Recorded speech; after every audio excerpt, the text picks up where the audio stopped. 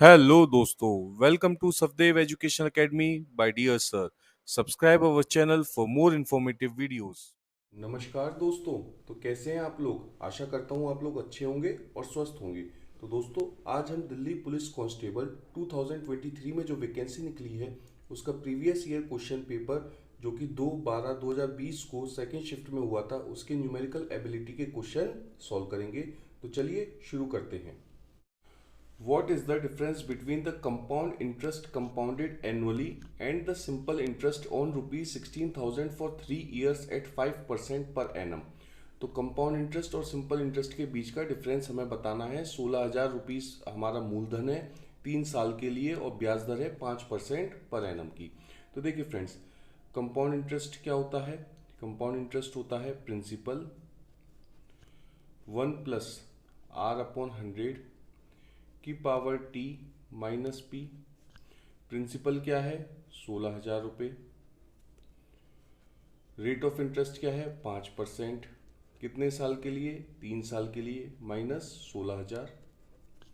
तो ये हो गया आपका 16,000 इंटू 105। 100+5 105, 105/100 3 टाइम्स, तो इसको 3 बार मल्टीप्लाई कर देते हैं। ठीक है फ्रेंड्स, माइनस 16,000 रुपीज। तो अगर मैं इसको सॉल्व करूं तो ये आ जाएगा मेरा 21, ये आ जाएगा 20, ये आ जाएगा 21, ये आ जाएगा 20, ये आ जाएगा 21, ये आ जाएगा 20। 1 2 3, 1 2 3, ये हुआ 8, ये हुआ 4 और ये हुआ 2। तो हमारी वैल्यू क्या आ गई? 21 इंटू 441 होता है, इंटू 21 माइनस 16,000 रुपीज। ये वैल्यू कितनी होती है? ये वैल्यू होती है आपकी 2 इंटू 441 इंटू 21, ये होती है 18,522 माइनस 16,000 और ये होती है 2,522 रुपीज। ये क्या है? ये है कंपाउंड इंटरेस्ट। अगर मैं सिंपल इंटरेस्ट की बात करूं तो क्या होता है? P into R into T upon 100। P कितना दे रखा है? 16,000। R है 5, T है 3/100। 2 जीरो से 2 जीरो कट गए तो सिंपल इंटरेस्ट कितना आ गया? सिंपल इंटरेस्ट आया आपका 2,400 रुपीज। तो हमें क्या बताना है? Difference between compound interest minus simple interest. तो कंपाउंड इंटरेस्ट क्या है? 2,512 सिंपल इंटरेस्ट क्या है? 2,400। वैल्यू क्या आएगी? ₹122। ऑप्शन डी हमारा सही होगा। A spherical solid lead ball of radius 9 centimeter is melted and small solid lead balls of radius 3 mm are made. What is the number of small balls made? देखिए, एक spherical solid lead ball है जिसका radius है 9 centimetre.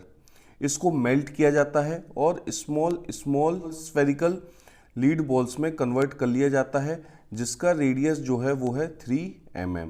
ठीक है friends, तो volume हमारा यहाँ पे कांस्टेंट है।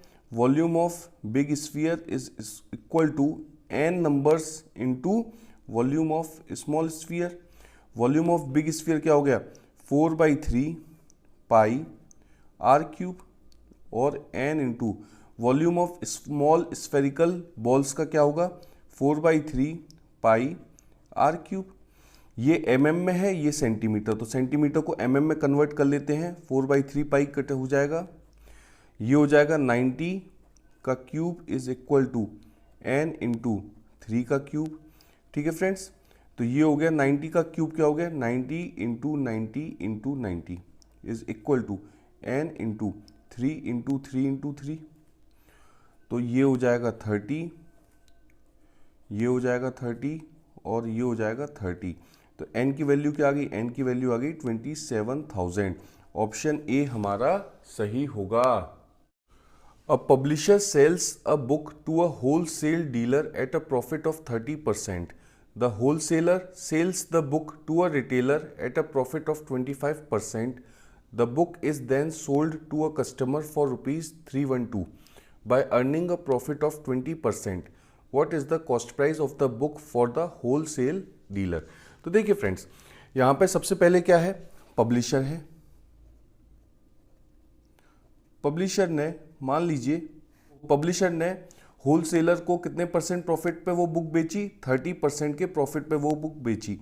तो पब्लिशर का जो सेलिंग प्राइस था वो 1.3x हो गया, x मान लेते हैं हम CP, ठीक है, द प्राइस ऑफ बुक। तो उसने क्या किया, उसने 30% के प्रॉफिट पे वो बुक बेची, किसको, होलसेलर को।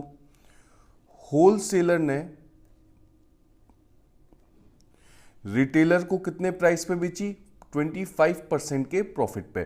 तो जो सेलिंग प्राइस पब्लिशर का था वही सेलिंग प्राइस होलसेलर का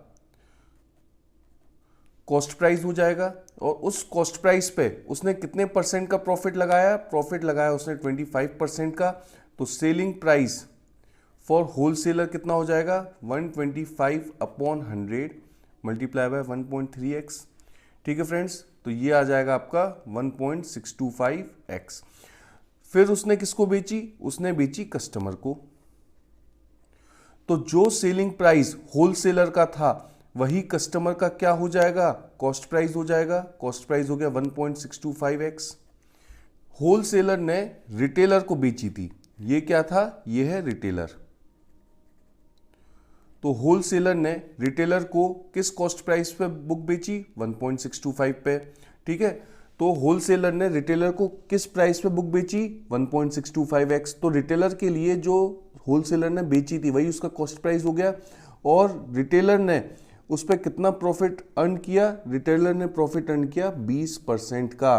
तो सेलिंग प्राइस क्या हो जाएगी, 1.2, 120/100 को 1.2 इंटू 1.625x। तो ये कितना आ जाएगा, ये आ जाएगा आपका 1.95x। ये आ गया 1.95x। ये जो सेलिंग प्राइस रिटेलर की है वही क्या होगी, वही होगी कॉस्ट प्राइस किसकी, कस्टमर की। तो कस्टमर की कॉस्ट प्राइस हमें दे रखी है, ठीक है, वो कितनी है, 312। और ये 312 किसके बराबर होगा, जो रिटेलर ने प्राइस पे बेची, 1.95x। ठीक है फ्रेंड्स, तो यहां से x क्या आ जाएगा, x आ जाएगा आपका 312/1.95, ये आ गया 160 रुपीज। तो कॉस्ट प्राइस क्या थी, 160 रुपीज। हमें बोलना है, बताना है कि what is the cost price for the wholesale dealer. Wholesale dealer के लिए कॉस्ट प्राइस क्या थी, 1.3x। तो 1.3 इंटू 160 करेंगे तो इसका आंसर आ जाएगा 208 रुपीज। ऑप्शन सी हमारा सही होगा। A loan is returned in 2 equal yearly installment of rupees 5,808. What is the total amount of the loan if the rate of compound interest compounded annually is 10% per annum? तो एक loan को कितने instalment में, 2 equal instalment जो कि है 5,808 में दिया जाता है। What is the total amount of the loan, तो हमें टोटल अमाउंट लोन का बताना है, जबकि जो हमारी ब्याज दर है वो 10% पर एनम की है। तो आपको पता है अमाउंट क्या होता है, प्रिंसिपल 1 + R/100 की पावर t। ठीक है फ्रेंड्स, तो प्रिंसिपल क्या हो जाएगा, प्रिंसिपल हो जाएगा अमाउंट 1 + R/100 की पावर t। ठीक है फ्रेंड्स, ये जो लोन है वो कितने इंस्टॉलमेंट में, 5,808 के इक्वल इंस्टॉलमेंट में पे कर रहा है। तो प्रिंसिपल क्या हो जाएगा, 5,808। तो पहले अगर मैं इंस्टॉलमेंट की बात करूं तो ये क्या हो जाएगा, 1 + 10/100, ये पहला इंस्टॉलमेंट, और 5,808 अपॉन 1 + 10/100 ये सेकेंड इंस्टॉलमेंट की बात हो रही है। ठीक है, तो प्रिंसिपल क्या आ जाएगा, प्रिंसिपल आ जाएगा 5,808 अपॉन 100 + 10, 110/100, तो ये हो गया 11/10 प्लस 5,808, ये हो जाएगा 11/10 का होल स्क्वायर। तो ये क्या आ जाएगा, ये आ जाएगा 5,808 इंटू 10/11 प्लस 5,808 इंटू 10/11 इंटू 10/11। तो ये वैल्यू क्या आ गई, इसको सॉल्व करने पे हमारी वैल्यू आ रही है, जो मूलधन है, जो प्रिंसिपल है, वो है हमारा 10,080 रुपीज। ऑप्शन बी हमारा सही होगा। Equal square tiles are to be fixed on a wall 3 मीटर 50 सेंटीमीटर in length and 4 meter in height. How many largest possible tiles are needed to cover the wall. देखिए फ्रेंड्स, एक दीवार पर हमें टाइल लगानी है, ठीक है, तो हमें बताना है कि कितनी लार्जेस्ट पॉसिबल टाइल उस दीवार पे लग सकती है। जब हमें वॉल जो है, जो दीवार है, उसकी हमें लेंथ और हाइट दे रखी है। तो लेंथ कितनी दे रखी है? लेंथ दे रखी है 3 मीटर 50 सेंटीमीटर। अगर इसको मैं सेंटीमीटर में लिखूं तो आपको पता है 1 मीटर में 100 सेंटीमीटर होता है। तो ये कितना हो गया? ये हो गया 350 सेंटीमीटर। हाइट कितनी दे रखी है? हाइट दे रखी है 4 मीटर, तो उसको भी क्या लिख सकते हैं? 400 सेंटीमीटर। ठीक है फ्रेंड्स, अगर मैं एरिया ऑफ वॉल देखूं, एरिया ऑफ वॉल, ठीक है, तो ये क्या हो जाएगा? ये हो जाएगा 350 मल्टीप्लाई बाय 400। तो ये कितना हो जाता है? ये हो जाता है आपका 1,40,000 सेंटीमीटर स्क्वायर। तो ये एरिया है किसका? दीवार का, वॉल का। अब जो एरिया ऑफ टाइल होगा, तो मान लेते हैं area of one tile be X square. तो किसी भी एक टाइल का जो एरिया होगा वो एक्स स्क्वायर होगा।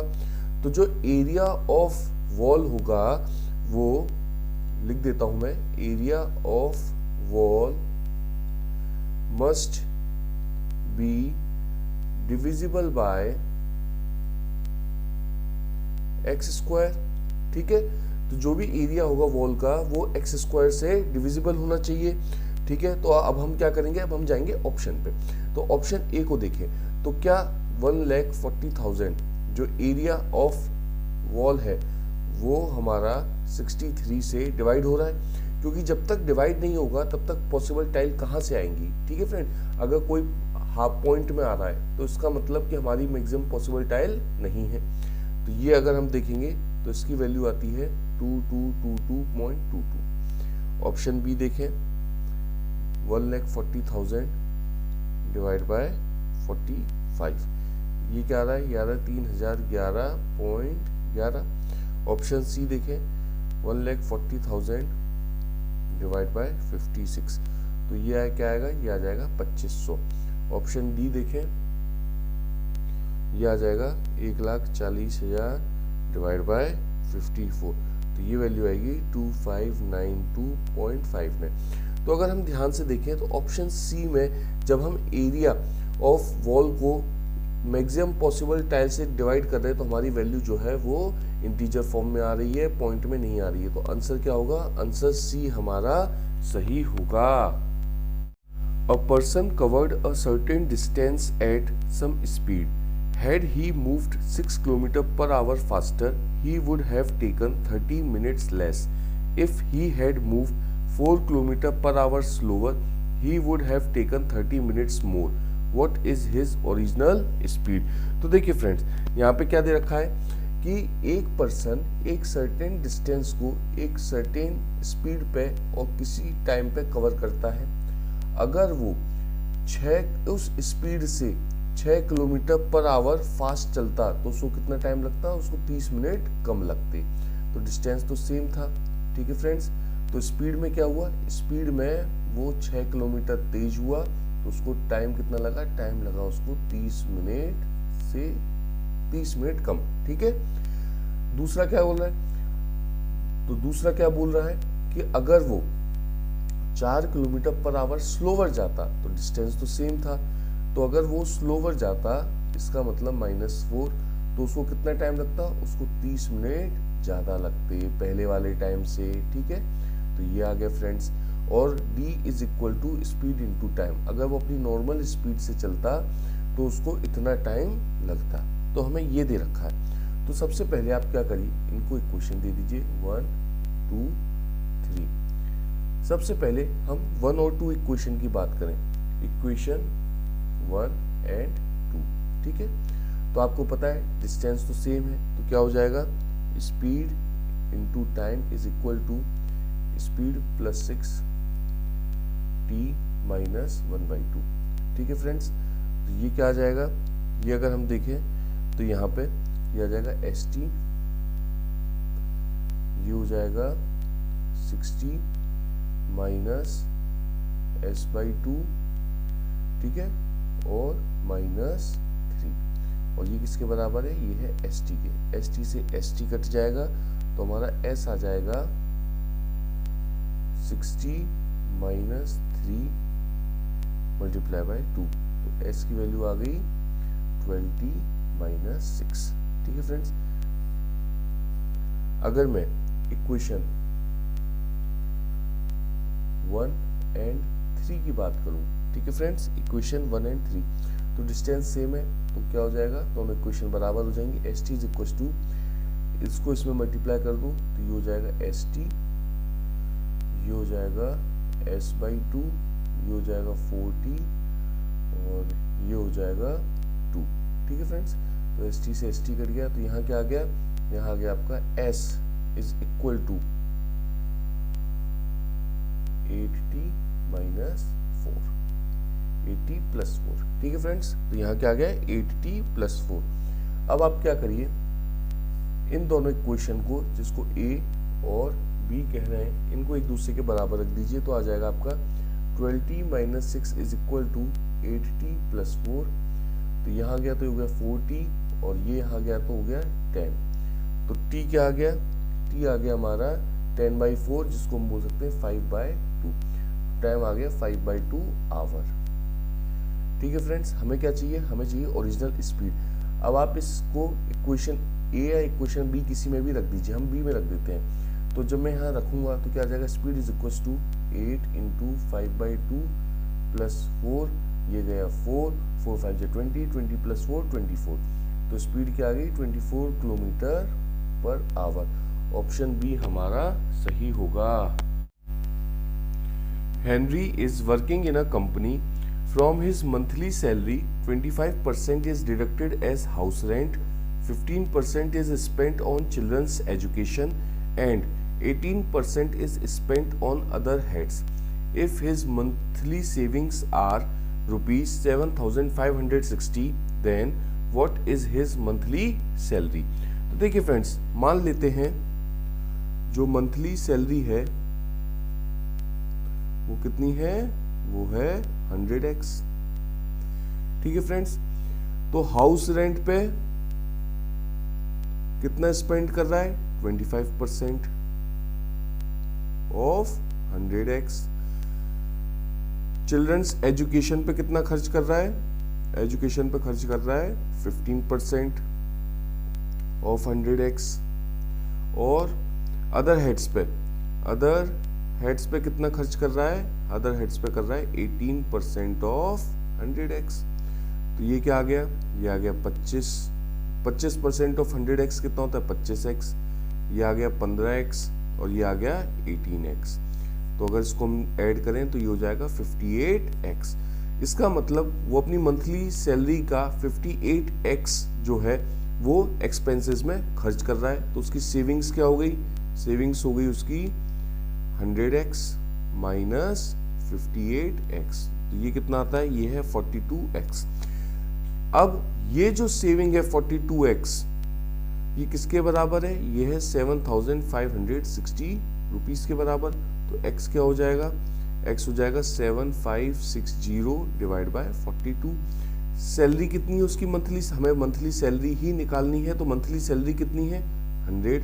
तो ये हो जाएगा 100, यहाँ हो जाएगा 100 और सॉल्व करने पे वैल्यू क्या आ रही है, वैल्यू आ रही है 18,000 रुपीज। तो ऑप्शन ए हमारा सही होगा। A and B together can finish a work in 10 days. B and C together can finish the same work in 15 days, and A and C together can finish the same work in 20 days. In how many days can C alone finish the same work? तो देखिए friends, A और B किसी work को 10 days में complete कर रहे हैं, तो उनका पर डे का अगर मैं वर्क देखूं तो पर डे कितना वर्क कर रहे हैं 1/10। B और C अगर किसी वर्क को 15 डेज में कंप्लीट कर रहे हैं तो पर डे कितना कंप्लीट कर रहे हैं, पर डे कंप्लीट कर रहे हैं 1/15। A एंड C अगर किसी वर्क को 20 डेज में कंप्लीट कर रहे हैं तो पर डे कितना कर रहे हैं, पर डे कर रहे हैं 1/20 वर्क। ठीक है, तो अगर मैं इन तीनों को ऐड कर दूं, ऐड, तो ये क्या आ जाएगा 2A plus 2B plus 2c is equal to 1/10 plus 1/15 plus 1/20 और ये आ जाएगा आपका 13/60। ठीक है फ्रेंड्स, तो a plus b plus c कितना आ जाएगा, ये आ जाएगा 13/120। ठीक है फ्रेंड्स, अब आपको पता है a और b पर डे कितना वर्क कर रहे थे, 1/10, तो हमें क्या करना है, a और b की जगह 1/10 की वैल्यू रख देनी है। तो a और b की जगह 1/10 plus c is equal to 13 1/120, तो c क्या आ जाएगा, c आ जाएगा 13 1/20 माइनस 1/10, एलसीएम 1/20 आ जाएगा, ये आ जाएगा 13, ये आ जाएगा 12, तो ये आ जाएगा 1/120। तो C एक दिन में 1/120 वर्क करता है, तो C कितने दिन में वर्क कंप्लीट कर देगा, C कर देगा 120 डेज में वर्क को कंप्लीट। ऑप्शन बी हमारा सही होगा। A shopkeeper marks his goods at 32% above the cost price. He sells 3/5 of the goods at the marked price, 1/5 at the discount of 20% on the marked price, and the remaining at 40% discount on the marked price. What is his profit or loss percentage? तो देखिए friends, एक shopkeeper जो है उसने किसी goods को उसके cost price क्रय मूल्य से 32% बढ़ाकर उसकी अंकित मूल्य पर ले आया है। तो मान लेते हैं जो कॉस्ट प्राइस है ऑफ वन गुड, एक गुड का जो कॉस्ट प्राइस है वो है 100x, तो मार्क्ड प्राइस क्या हो जाएगा, मार्क्ड प्राइस क्या है 32% बढ़ाकर, इसका मतलब 132/100 इंटू 100x, तो ये हो गया आपका मार्क्ड प्राइस। अब उसने 1/5 जो है वो किस पे बेचा, वो बेचा मार्क्ड 3/5 बेचा गुड्स का मार्क्ड प्राइस पे। ठीक है, तो कंसिडर कर लेते हैं, let the total goods be 100। Total goods कितना कंसिडर कर लिया, 100 मान लिया। ठीक है, तो 3/5 ऑफ 100, तो ये क्या होता है, ये होता है 60। अब इस 60 को उसने कितने पे बेचा, उसने बेचा मार्क्ड प्राइस के, तो ये हो गया 132x, तो ये आ गया आपका 7920x। ये कितना था, 60 गुड्स था। ठीक है, अब उसने 1/5 गुड्स जो है वो डिस्काउंट पे बेचे 20% के, किस पे, मार्क्ड प्राइस पे। तो अगर हम 1/5 की बात करें तो 1/5 ऑफ 100 कितना होता है, 20 होता है। तो बात हो रही है 20 गुड्स की, तो 20 गुड्स को उसने क्या रेट पे बेचा, उसने बेचा 20% के डिस्काउंट पे। अगर 20% का डिस्काउंट है तो उसका मतलब 80% हो गया किसका, 132x का। ठीक है फ्रेंड्स, तो 1 0 से 0, ये सॉल्व करने पे क्या आ रहा है, ये आ रहा है 2112x, मतलब उसने 20 गुड्स को इस दाम पे बेचा। फिर आ रहा है कि रिमेनिंग एट 40% डिस्काउंट। अब देखिए 80 गुड्स तो हो गए, टोटल 100 गुड्स थे, तो बचे कितने, 20 गुड्स। तो उस 20 गुड्स को उसने 40% के डिस्काउंट पे बेचा। तो 20 इंटू 40% का अगर डिस्काउंट है तो बेचा कितने पे होगा, 60% पे बेचा होगा, किस पे, 132x पे। तो ये सॉल्व करने पे वैल्यू क्या आ रही है, ये आ रही है 1584x। तो total selling price of 100 goods कितनी हो गई, ये हो गई आपकी 7920x plus 2112x plus 1584x, तो ये आ जाता है टोटल 11616x। ठीक है फ्रेंड्स, तो total selling price of 100 goods कितनी है, 11616x। ठीक है, तो आपको पता है सेलिंग प्राइस क्या होता है, selling price is equal to 100 plus profit percentage upon 100 multiply by cost percent. अब देखिए cost price of one good 100x था, तो कॉस्ट प्राइस ऑफ 100 गुड्स कितना होगा, तो ये हो जाएगा 10,000x। सेलिंग प्राइस ज्यादा है किससे, कॉस्ट प्राइस से, तो प्रॉफिट होना तय है। तो यहाँ क्या आ जाएगा, यहाँ आ जाएगा 11616x is equal to 100 plus profit percentage upon 100 into 10,000 x, और सॉल्व करने पे x की वैल्यू क्या आ रही है, p की वैल्यू क्या आ रही है, p की वैल्यू सॉल्व करने पे p की वैल्यू आ रही है 16.16 परसेंटेज प्रॉफिट।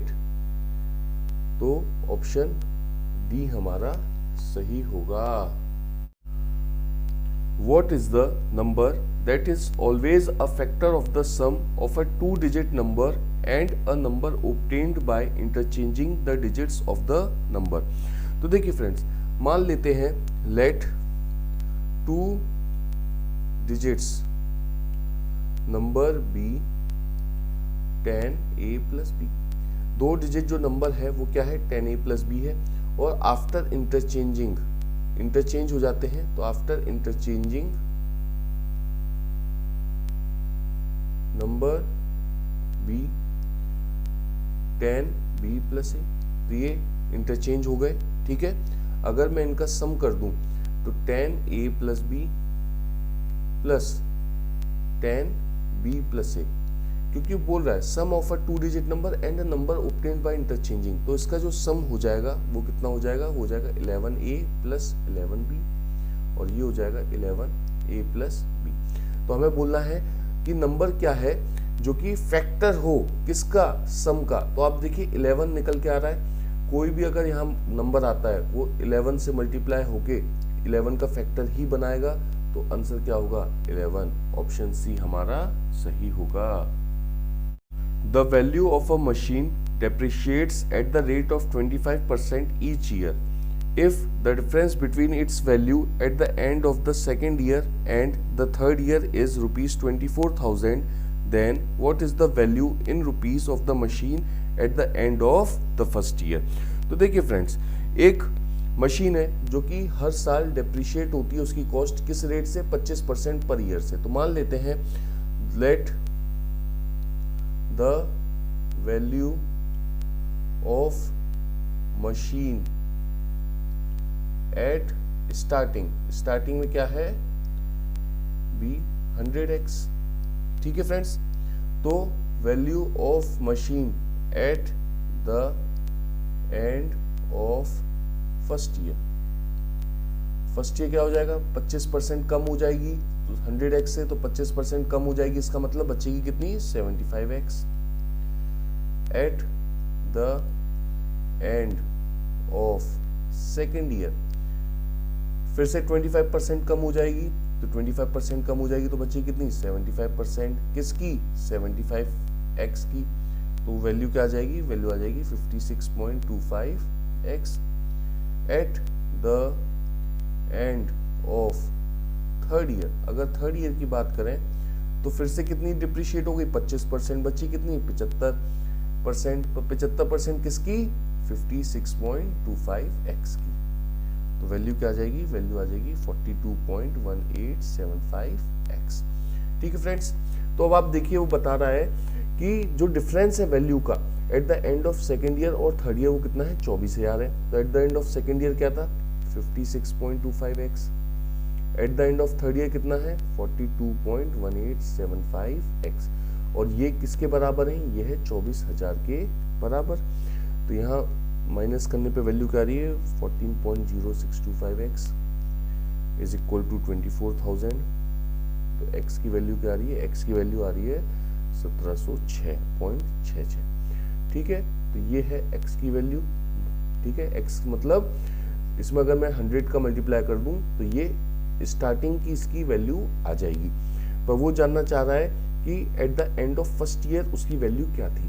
तो at the end of first year जो मशीन थी उसकी क्या वैल्यू थी, 75x। ठीक है, तो 75 इंटू एक्स, एक्स क्या है 1706.66, तो वैल्यू आ जाएगी 1,28,000 रुपीज। ऑप्शन ए हमारा सही होगा। नेक्स्ट क्वेश्चन है which of the following is the largest fraction. तो हमें यहाँ पे लार्जेस्ट फ्रैक्शन को बताना है। तो सबसे पहले जब भी कभी आपको ऐसे फ्रैक्शन दे रखे हो, आप दो फ्रैक्शन का कंपैरिजन करिए।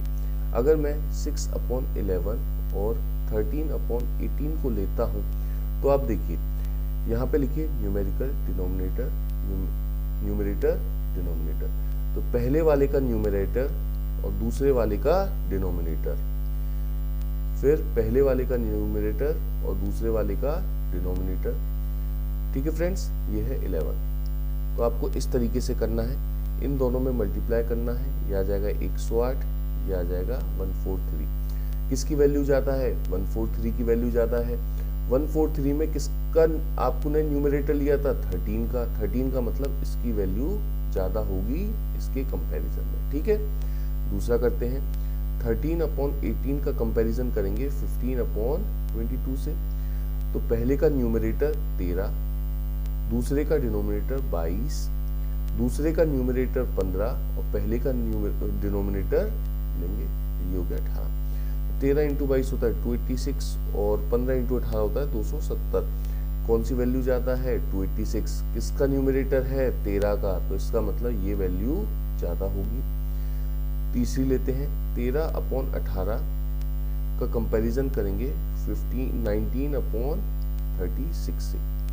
पहले का न्यूमरेटर, दूसरे का डिनोमिनेटर, दूसरे का न्यूमरेटर और पहले का डिनोमिनेटर मल्टीप्लाई करेंगे। तो मल्टीप्लाई में वैल्यू क्या आ गई? 468, यहाँ क्या आ गई? 342। कौन सी वैल्यू ज़्यादा है? 468 वैल्यू ज़्यादा है। किसका न्यूमरेटर था? 13 का। 13 कहाँ है? यहाँ है। इसका मतलब 13 की वैल्यू ज़्यादा है 19/36 से। चलिए 13/18 का कंपैरिजन करेंगे 25/33 से। पहले का न्यूमरेटर, दूसरे का डिनोमिनेटर, दूसरे का न्यूमरेटर, पहले का डिनोमिनेटर।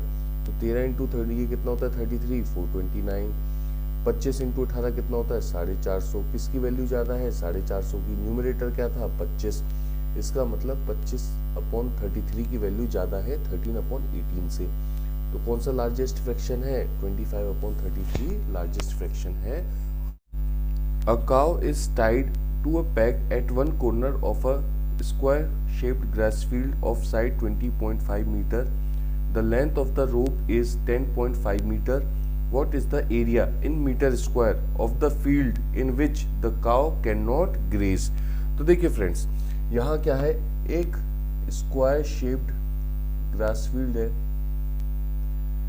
ठीक है।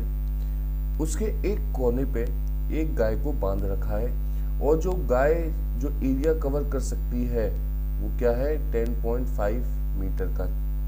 उसकी जो रोप है वो 10.5 मीटर की है, तो वो एक पर्टिकुलर जो एरिया कवर कर सकती है वो इतना होगा। साइड क्या दे रखा है? साइड दे रखा है 20.5 मीटर ग्रास फील्ड का, ठीक है, और स्क्वायर शेप्ड है। तो हमें ये बताना है कि कितने एरिया को जो हमारी गाय है वो कवर नहीं कर सकती। तो देखिए फ्रेंड्स, आप क्या करिए, सबसे पहले इस क्वार्टर सर्कल का एरिया निकाल लीजिए।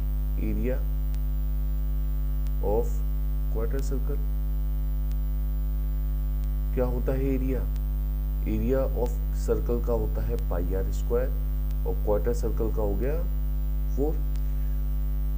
तो ये हो गया 22/7। r कितना है? 10.5। स्क्वायर है तो मैं 2 बार लिख देता हूं और divide by 4।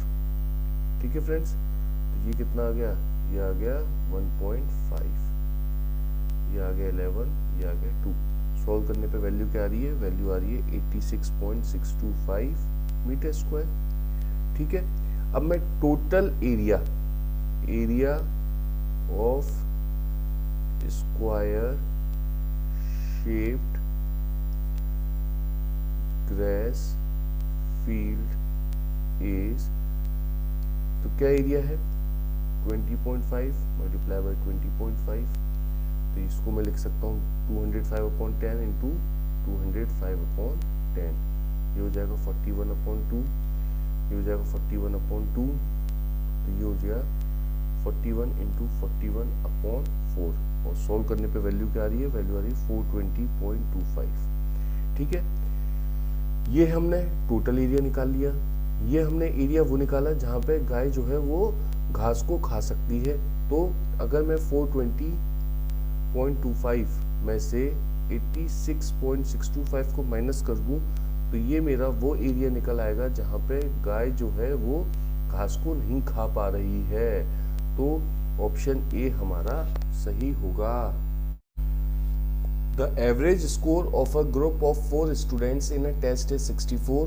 If 20% students obtained an average score of 91 and 25% students obtained an average score of 31, then what is the average score of the remaining students? तो देखिए फ्रेंड्स, मान लेते हैं टोटल स्टूडेंट्स जो थे वो 100 थे, ठीक है। उस 100 में से 20% स्टूडेंट्स कितना आया, 91 आया, और सारे स्टूडेंट्स का कितना आया, 64 आया।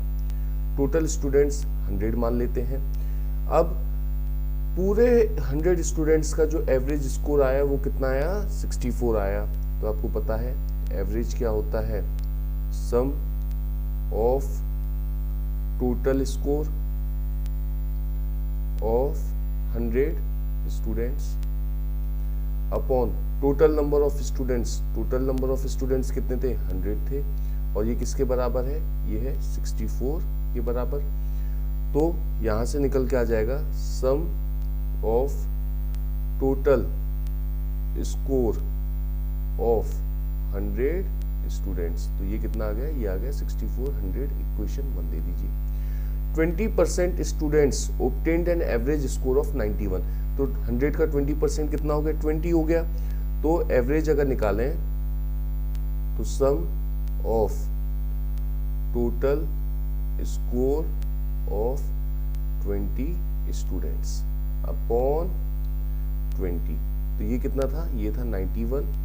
तो यहां से निकल जाएगा sum of total score of 20 students. तो ये कितना आ गया, ये आ गया 1820। Equation 2। 25% students obtained an average score of 31। तो हम डायरेक्ट यहां से लिख देते हैं sum of total score of 25 students. ठीक है फ्रेंड्स, 25 स्टूडेंट्स का कितना आ गया, ये आ गया 31 इंटू 25, ठीक है, 775।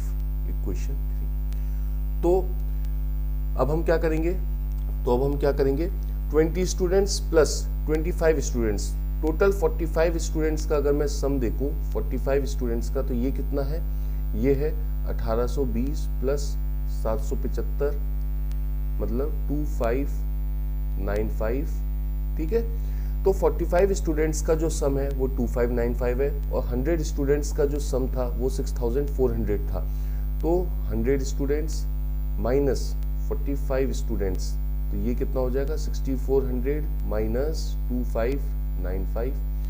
तो 55 स्टूडेंट्स का जो सम था वो कितना था, वो था 3805।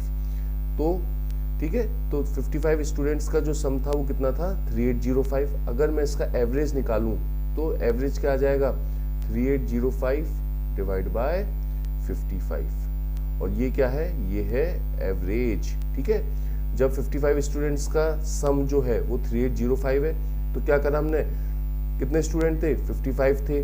ठीक है, और एवरेज निकालना है तो sum of total score, sum of total score 3805, total number of students कितने थे, 55।